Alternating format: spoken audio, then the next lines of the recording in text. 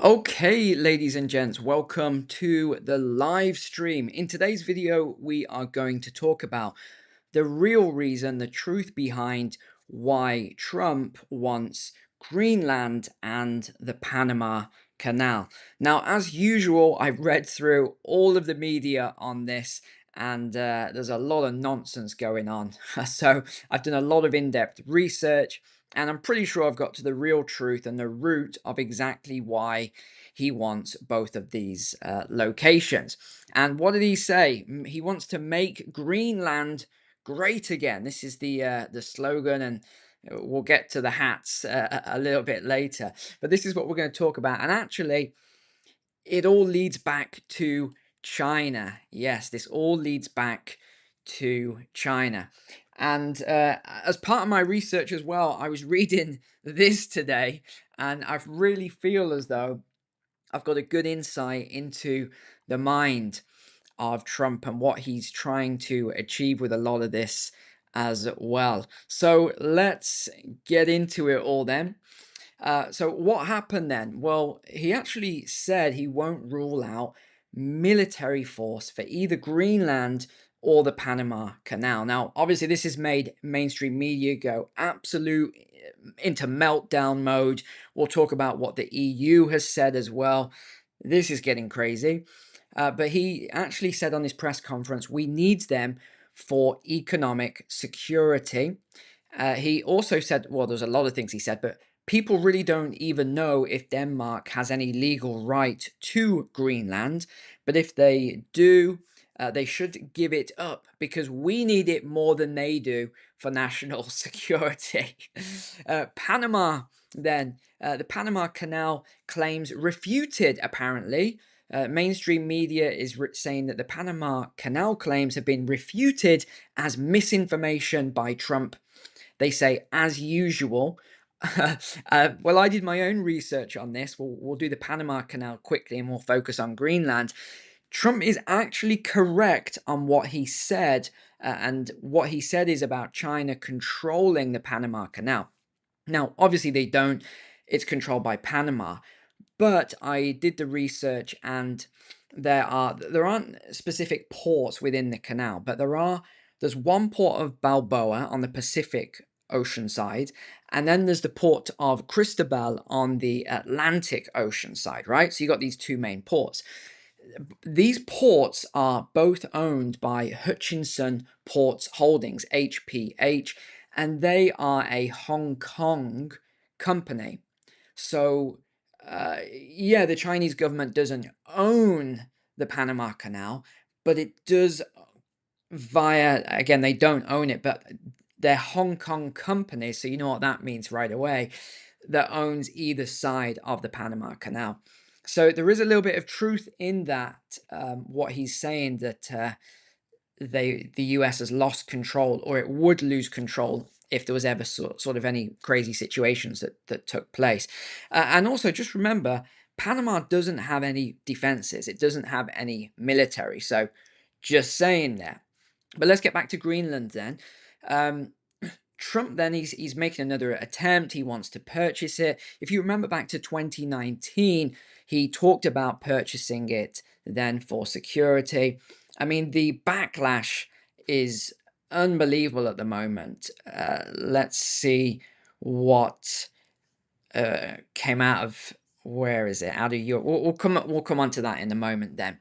So Wise, he said the importance of Greenland to economic and national security. Then he argued that Greenland is critical for Arctic security, and he's questioned Denmark's authority over it. And he said, well, either way, we have a stronger military. So, talking about fighting talk, Danish Prime Minister said that Greenland is not for sale. And this is what the EU has said then. It says that the EU in all the media, but it's not strictly the EU. It's the French foreign minister who's made this statement. He strongly condemns Trump. He calls him Trump, not, President-elect Trump or anything like that. He strongly condemns Trump and also his refusal to rule out military action to overtake or take over Greenland, affirming that the EU would not tolerate attacks on its sovereign borders and would respond in kind. Wow. So, fighting talk, I think not. I was thinking about this, and it reminds me of, if you remember the sort of uh, discourses, or whatever you want to call them, on the Roman Empire, and how I talked about the fall of the Roman Empire in the later stages, the infighting, what caused all these things. It's very complex.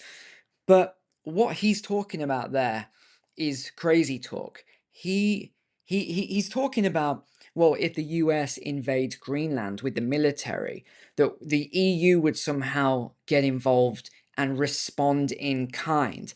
That's not going to happen. There's absolutely no way the EU, NATO would fighting. It would be like the end sort of periods of the Roman Empire, where they're fighting one another, and then what happens? They got overtaken by what they called the barbarians, right?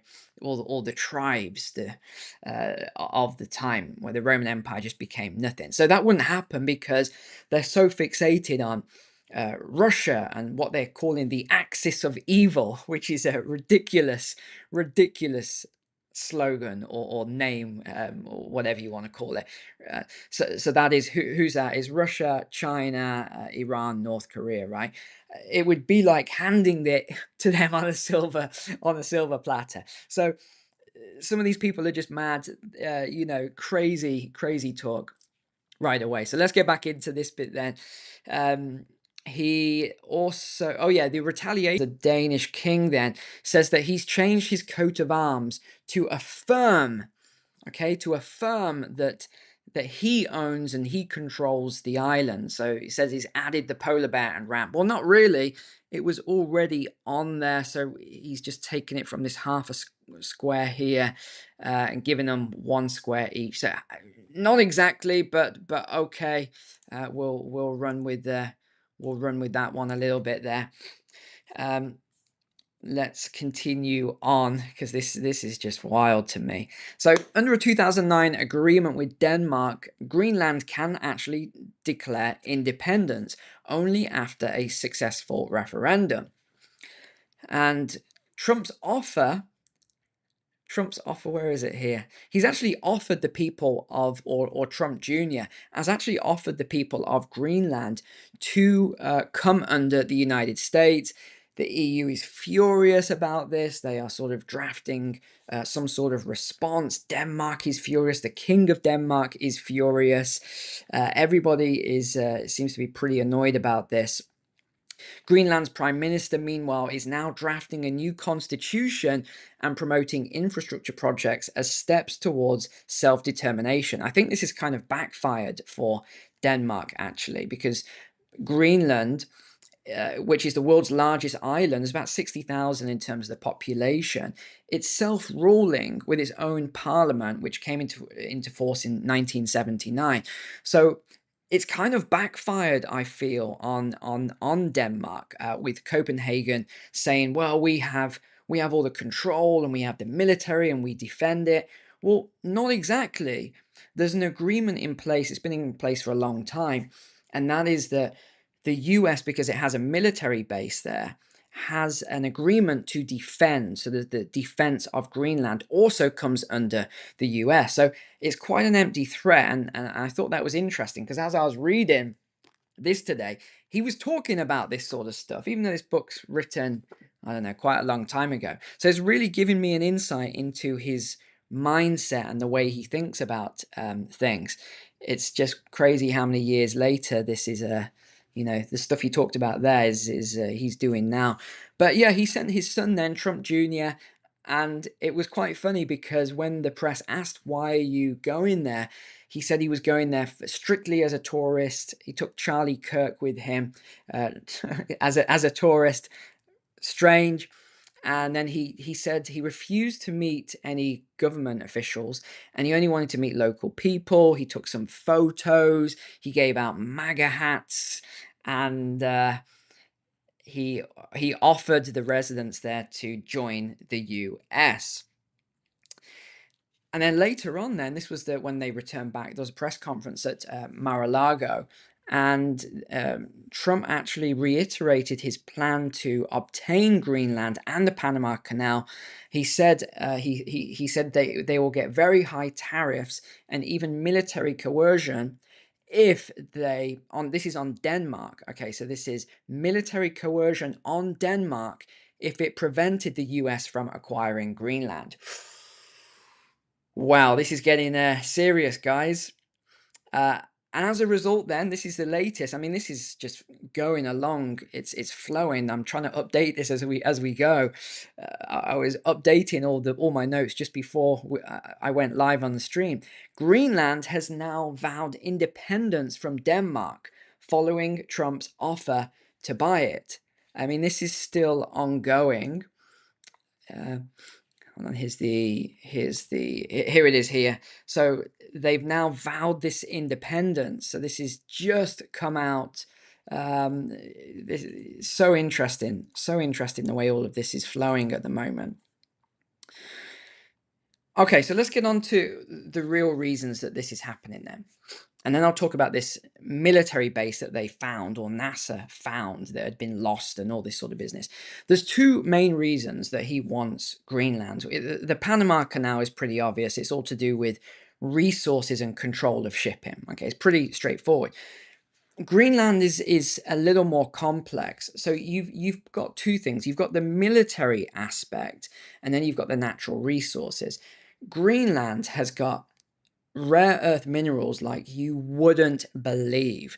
I was reading through it, and some of these rare earth minerals I had never even heard of, and I had to do a deep dive into seeing what they're used for, and they're alternatives for phones and laptops and EVs and all the other stuff. So these things are quite important, and it got me thinking, well, how important is this for the US? It's very important because there's a trade war going on at the moment with China. So if China decides to cut off the US from certain rare earth minerals, which I think is very likely, the US is not just going to say, right, we'll just let our economy sort of decline because we can't access the materials that we need. No, of course not. They're going to need to get them elsewhere. Greenland would be very suitable. It would be very easy to get those materials from there. And also, if you think about the proximity to Russia as well, if anything sort of escalates there, you can set up some very strong military bases there. So it's also that aspect. And I found something I'd never heard of before. And this was about this Cold War military base. Yeah, okay. It was called, they said they discovered it by accident. It was called Camp Century. It was spotted by NASA satellites, and everybody had forgotten it was there. I mean, how do you forget about a military base? I'm not sure. It was a 65-year-old Cold War US military base buried 100 feet deep in the massive ice sheet. It contains tons of nuclear waste. This is what really made me laugh about this article. It said, however, just because it's buried 100 feet below the ice, this doesn't have any bearing on the current global warming patterns. What? Why do they have to put that into every piece of media? They got to talk about global warming and everything else. Why? Because I don't even think most people would even think about that it's 100 feet below the ice sheet. So the ice has actually grown. So they have to say, oh, hold on, maybe someone might think about that. We've got to put in about the global warming again. It's bizarre, actually. So it says, Camp Century was not a secret. They even did promotional videos, but the project was lost. It was a front, actually. They said it was a research base, but it was a front for a major US nuclear weapons strategy, of which the Danish government wasn't even aware that the US did this, and it was in violation of Denmark and whatever else. But it was called Project Iceworm. So the plan was to house huge amounts of ballistic missiles, 52,000 square miles of tunnels, enough to fit 600 missiles, 60 launch centers to be built.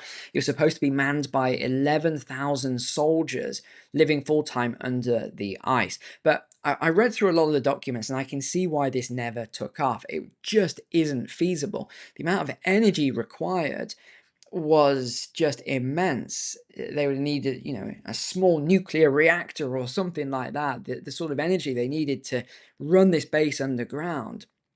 Um, yeah, so going through all the minerals and natural resources is, and I think that's why Trump actually wants to take it on.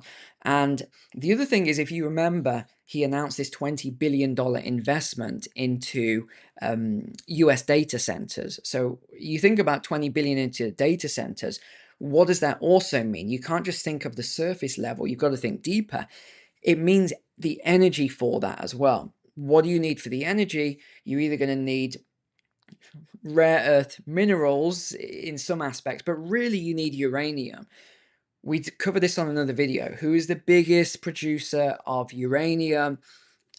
It's Russia and some of the stands, your Kazakhstan, etc. These are the places that refine it and mine it and everything else.